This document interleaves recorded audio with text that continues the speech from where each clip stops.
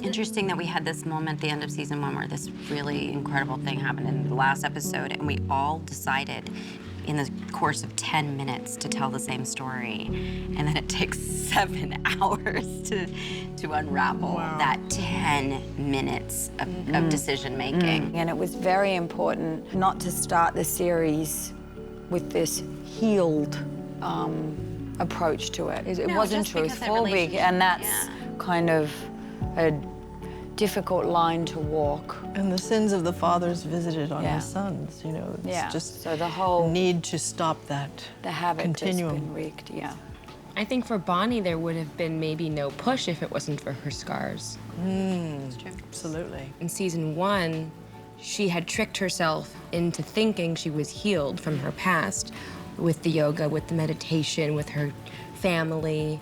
And the incident at the end of season 1 brought everything to the surface. And now in season 2, she's in the messy, uncomfortable part of healing, you know, which is, healing is sometimes not very pretty, you know, and I think that's where we find her in the season. And sometimes there's coping, just coping. But you can trick yourself into thinking you're healing. Treating the symptom versus treating the root. The root, Floating a little bit.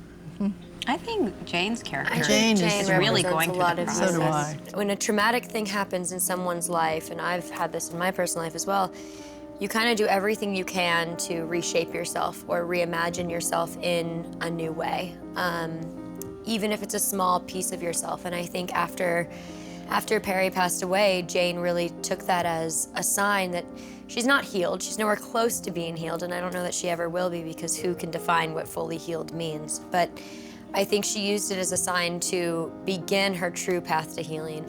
For whatever it took to do that, that was her goal, and that was her daily affirmation and her daily practice. And I think through the season, you do see her taking active steps, whether it's not participating in certain conversations because it elicits too many feelings, whether it's removing herself from situations or submitting herself to other situations where she refuses to be victim to her own mind anymore. And I think that's really the thing that has concreted her healing journey, and it's beautiful. But I love too that sometimes that journey you need help. Yeah. You can't do it by yourself. You have to be open to the help. You have to be willing to accept the help. And I think that was, for me, what set her apart from season 1, is she had friends, she had new people who were willing to help and tried to help, but she wasn't open to it. And the shift is she's available for that help, and she's willing to be vulnerable enough to admit that she's not okay. And she worked at the aquarium, met this fantastic person. I also want to say how grateful I am to Leon, to David, to our amazing crew, to all of you, that we made sure as a group the sisterhood and the matriarchy and the generosity goes hand in hand. It's important for us to show as storytellers too that healing does exist, and it's not easy, and it's not overnight, and perhaps it's never fully realized. That can only be achieved if you make a decision and set your sights on a destination.